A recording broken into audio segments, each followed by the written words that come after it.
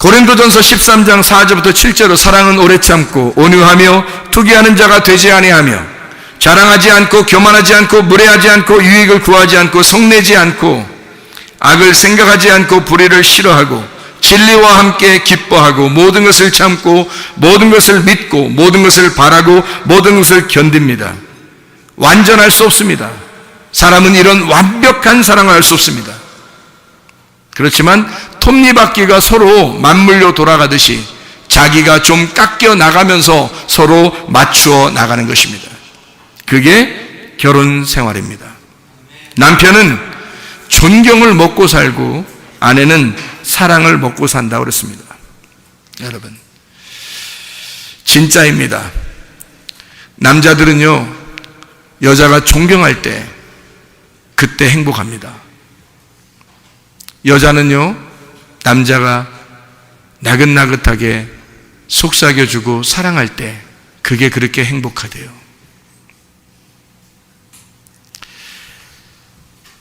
어떤 사람은 후회스러운 사람도 있을 겁니다. 그거 어떻게 해요? 이제 회개하고 화해하고 용서하고 남은 인생을 주님 안에서 행복하게 사시기를 바랍니다. 결혼 둘만 하는 것 같지만 부모들도 함께 있잖아요. 살아계시면. 그러면 부모에게 효도해야 합니다. 에베소 6장 1절부터 4절까지 말씀 보면 자녀들아 너희 부모를 주 안에서 순종하라. 이것이 옳으니라. 내 아버지와 어머니를 공경하라. 이는 네가 잘되고 땅에서 장수하리라. 둘이 잘 사는 게 큰 효도입니다. 둘이 잘 사는 게요. 그러니까 더 뭐 큰 걸 바라지 마세요. 이 바라면 이상한 거예요, 그게. 제가 그런 사람들을 많이 보거든요. 시어머니가 며느리한테 특별히, 그러니까 자기도 며느리였었으면서 그때 당한 걸 막 갚아주려고 하는 사람도 있어요. 그 시어머니하고 며느리 관계가 보통 관계가 아닙니다. 보통 이하의 관계예요. 원래가. 그렇지 않습니까? 자기 아들은 보통 이상의 관계지만 며느리는 보통 이하의 관계잖아요. 남남이잖아, 사실. 남남인데 온 거 아니에요. 오기만 해도 그냥 집이 밝으니까 그냥 좋은 거 아니에요, 그냥? 그래야 되는데, 아니, 그냥 시어머니가 며느리 내가 당한 대로 갚아주리라, 뭐 이러는 것 같아. 이러면 안 돼요. 외국 생활 같이 이렇게 좀 외국 사람들은요, 서로 예의를 지킵니다. 며느리가 그 시어머니네 집에 갈 때 꼭 예약하고 갑니다. 시어머니가 며느리 집에 올 때도 꼭 예약하고 옵니다. 이거 진짜예요. 서로가 남남입니다. 거기는요. 서로가 예의를 지켜서 생활하거든요. 근데 꼭 여기는요, 한국은 뭐 동방 예의지국이라고 자기만, 다른 사람들이 다 자기한테 해줄 땐 동방 예의지국이라고 그러고 자기가 다른 사람 할 때는 뭐 요즘 시대는 바뀌었어 뭐 이러고요. 그래요. 시어머니가 며느리에게 자꾸 친한 척하면 안 됩니다. 그게 더 곤란한 거야. 얘야, 뭐 오늘 뭐 하니? 뭐 전화하지 마세요. 그냥 물어보지도 마세요. 그냥 뭐 하는 게 모르게 궁금해. 어? 둘이 뭐 하는 줄 알고 자꾸 전화해. 오늘 시간 있니? 없어요. 없어. 시간 없다. 그냥 없다고. 그냥 시간 없다고. 없는데 시어머니가 전화 오니까 없는데 있다고 해야 되는 거야. 시간 없어요. 그냥 전화하지 마셔. 며느리가 오고 싶을 때 오게. 자기 시간 있을 때 그냥 오고 싶을 때 오게. 편안하게. 그게 부모의 마음이죠. 그 부모의 마음이지, 그게. 자기가 넉넉하고 자기가 편안하면 되는 거야. 근데 자기가 조급하니까 자꾸 갈고, 자기가 조급하니까 그렇게 하지 말라는 겁니다. 자꾸 물어보지도 하지 말라는 거예요. 물어보지도 마. 아파. 물어보면. 서로 너무 신경 쓰지 마라, 이 말입니다. 제가 진짜 좋은 거 가르쳐 드리는 거예요, 이거. 앞으로 여러분의 가정에 행복을 주는 말들이에요, 이게. 다시 말하면 무소식이 희소식이다, 이런 말 있죠. 왜 그거를 자기네 집에서는 그걸 적용을 안 하려고 하냐고. 무소식이 희소식이야. 큰 일 당하면 가장 먼저 알려져 와요. 가만히 있어도. 그러니까 무소식이 희소식이에요. 그냥 신랑 신부, 자기 아들, 그리고 며느리, 자기 딸, 그리고 사위가 둘이 그냥 잘 살면, 둘이 행복하면 그게 큰 효도예요, 여러분. 지금 시대는요. 지금 시대는 더 그렇습니다. 그렇게만 해준다면 하나님 앞에 감사해요, 진짜. 막 감사헌금 드리고 싶고, 막 할렐루야 찬양을 막 하루 종일 하고 싶고 막 그런 거야. 요즘에 그렇게만 살아주면. 그렇지 않아요? 예, 둘이 가장 잘 사는 거, 이게 행복이야. 나는 너희들이 그냥 둘이 행복했으면 좋겠어. 나 신경 쓰지 마. 이렇게. 그러면 더 신경 쓰여. 그게 더 잘하게 된다고, 더. 그런데 자꾸 신경 안 쓰는 것 같아서 자꾸 뭔가 막 토라질 것 같고, 막 얼굴 표정이 그렇고, 막 신경 쓰이고, 괜히 막 따르릉 뭐 전화하고 싶고 막 이래, 막 전화기에 막 자꾸 손이 막 가고, 손이 가요, 손이가. 뭐 자꾸 전화기에 손이가 뭐 이렇게 한단 말이에요. 그게 며느리가 자꾸 손이 가요, 전화기에 손이 가 이러면 좋은데, 자꾸 시어머니가 손이 가요, 전화기에 손이 가. 이거 무서운 일입니다. 집안 큰일 납니다. 안 돼요. 자, 서로가 잘 예의를 지켜주면 좋습니다. 마지막으로 예수님을 주인으로 잘 믿어야 합니다. 자, 첫 번째 뭐라고요?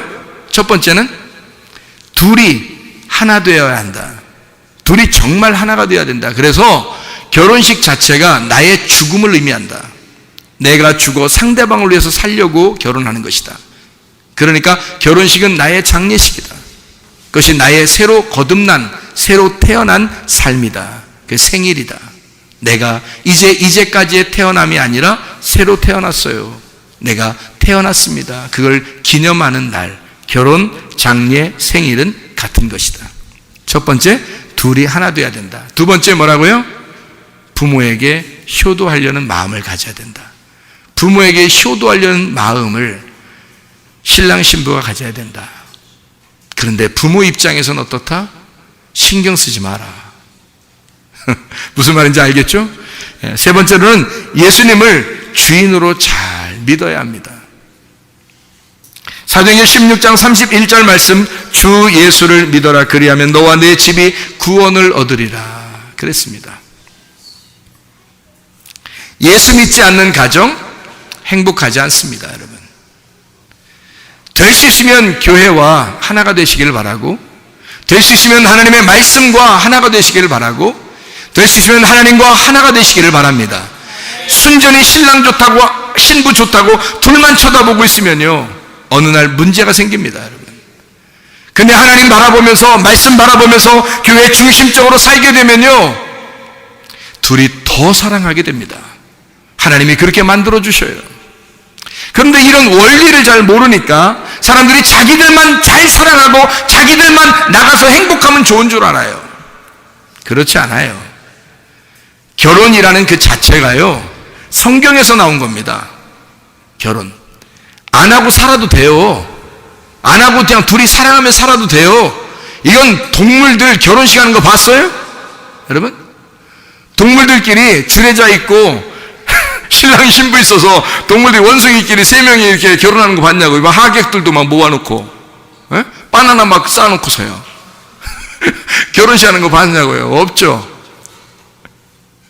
뭐 코뿔소끼리 막 그냥 막 결혼하는 거 막 주례자 있고 신랑 신부 있고, 그다음에 막 코뿔소 막 이렇게 막 킁킁거리면서 막 결혼하는 거 봤어요? 안 합니다. 여러분이 키우는 애완견도 결혼식 못 해요. 결혼은 성경에서 나온 유일한 것입니다. 그리고 사람만 할 수 있는 거예요. 결혼식이라는 건요. 아무도 이건 흉내낼 수가 없어요. 어디서 나왔기 때문에? 성경에서 나왔기 때문에. 성경은 창세기부터 요한계시록까지 둘의 하나됨이라고 하는 결혼을 설명하는 책이에요. 그래서 이것을 이 땅에서 하나님의 나라의 그 결혼식을 설명하려고 하는 것이기 때문에 이게 굉장히 성스러운 거라고요. 결혼이라는 게요.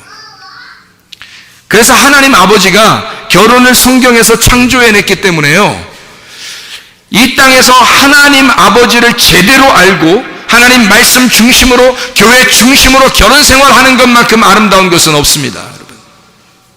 이 세상에서요. 그래서 주 예수를 잘 믿어야 한다. 그러면 너와 내 집이, 너의 가정이 함께 구원을 받을 것이다. 요한계시록 19장 7절부터 9절까지의 오늘 본문의 말씀, 어린 양의 혼인잔치입니다.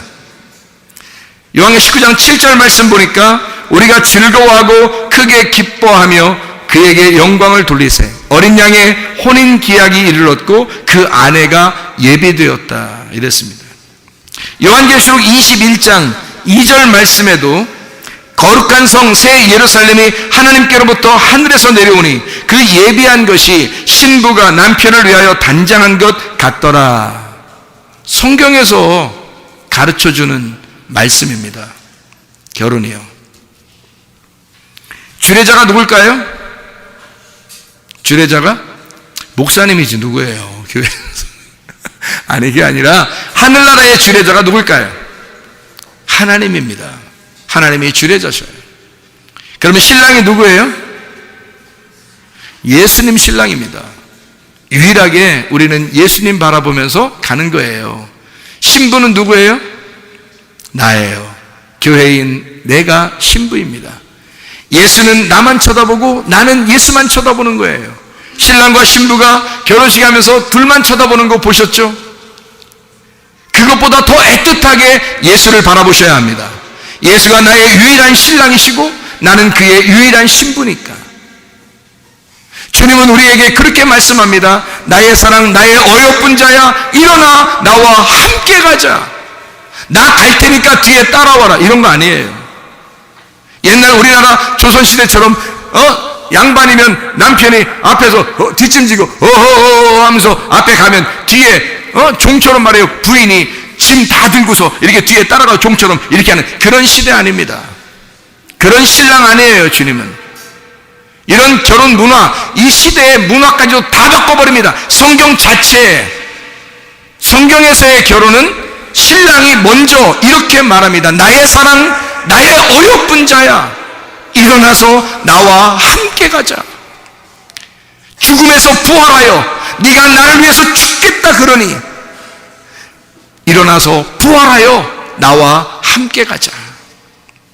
그렇게 말씀하십니다. 주님은 우리와 동행하길 원하시지 혼자 가길 원하시지 않습니다. 결혼식을 보면 다 성경에 나와 있는 것이기 때문에 주례자가 하나님이시고 신랑이 예수님이고 신부가 교회입니다. 바로 나예요. 근데 신부를 원래 우리가 이제 신랑 신부가 동반 입장하는 때가 많은데 요즘에는 함께 둘이 처음부터 떨어지기 싫다고 그렇게 하는 사람들이 많은데 원래는 신부를 신부 아버지가 신부를 데리고 와요. 그리고 신랑에게 넘겨줍니다. 그렇죠?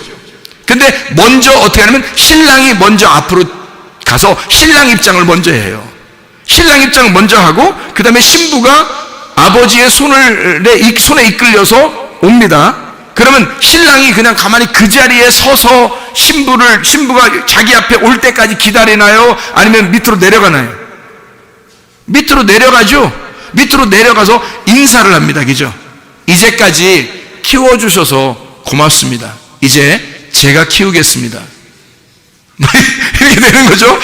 그래서 이제까지 키워주셔서 은혜에 감사합니다. 인사하고 신부를 데리고 주례자 앞에까지 가요. 다시.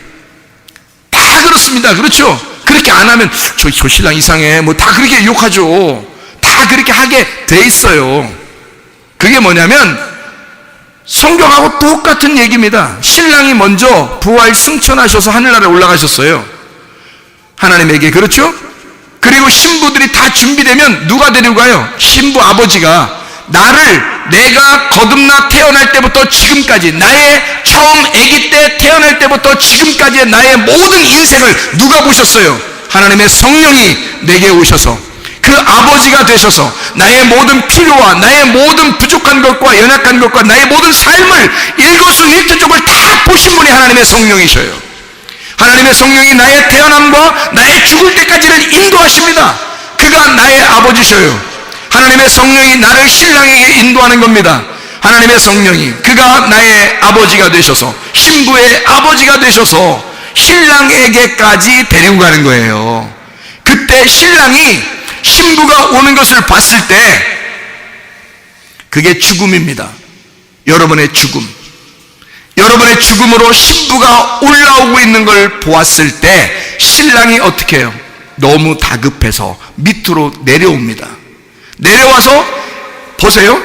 성령이 신부 아버지가 와가지고 신부 손을 놓고 그냥 저기 신부 아버지가 확 떠나버려요. 아니면 신부 손을 신랑이 가지고 갈 때까지, 신랑이 인사하고 신랑이 딱 손을 잡을 때까지 그때 이 아버지가 잡고 있습니다. 이해가 돼요? 그래서 신랑한테 손을 넘겨줘요.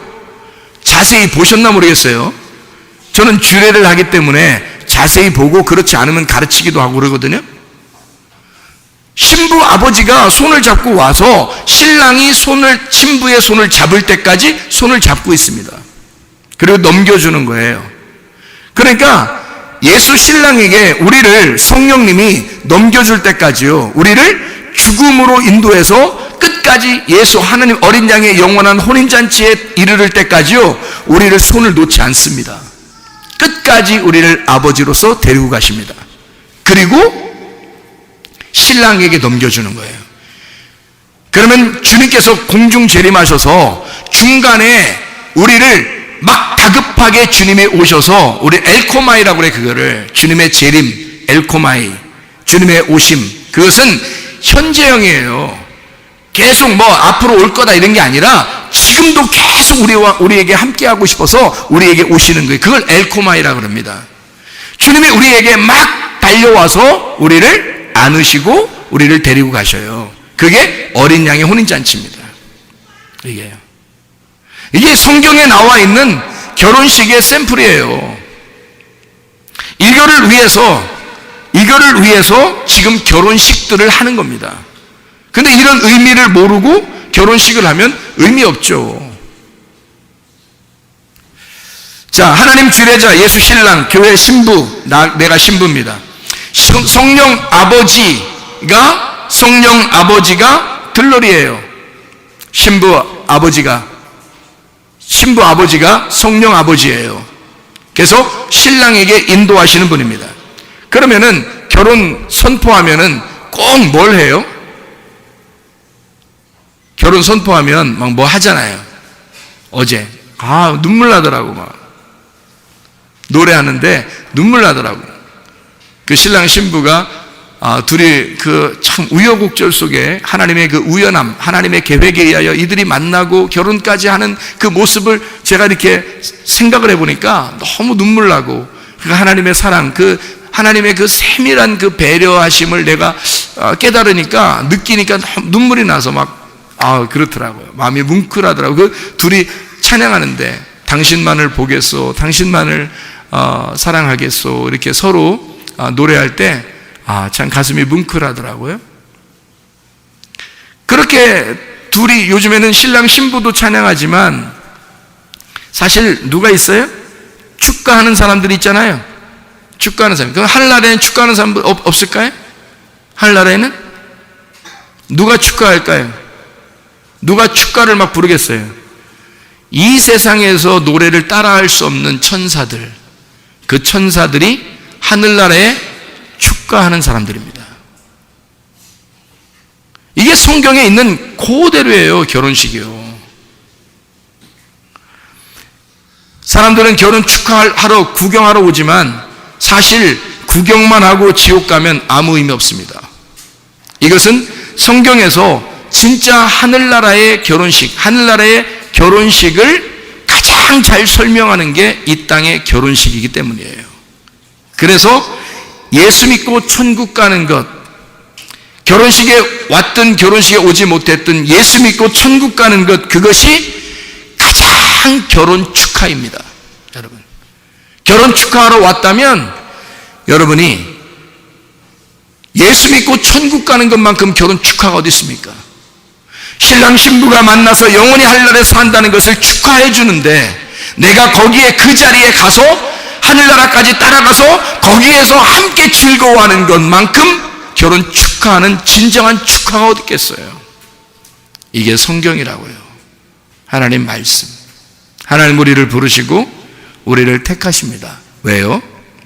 어린 양의 혼인잔치에 너희를 인도하려고 함께 그 준비된 혼인잔치에 그 신부로서 참여하라고. 그래서 영원히 함께 살자고. 나의 사랑, 나의 어여쁜 자야, 일어나서 함께 가자.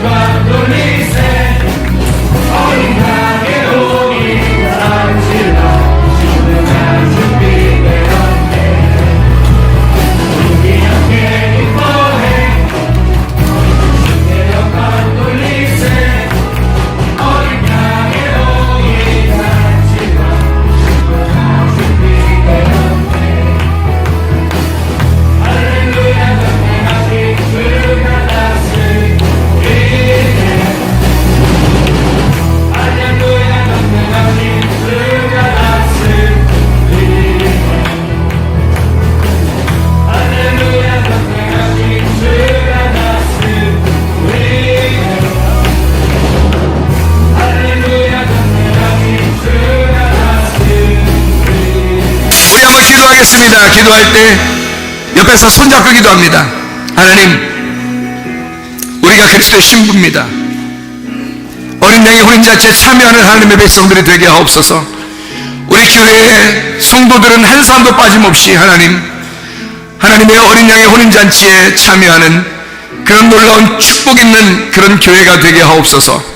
내가 그런 주인공이 되게 도와주시옵소서. 우리 한 목소리로 기도합니다.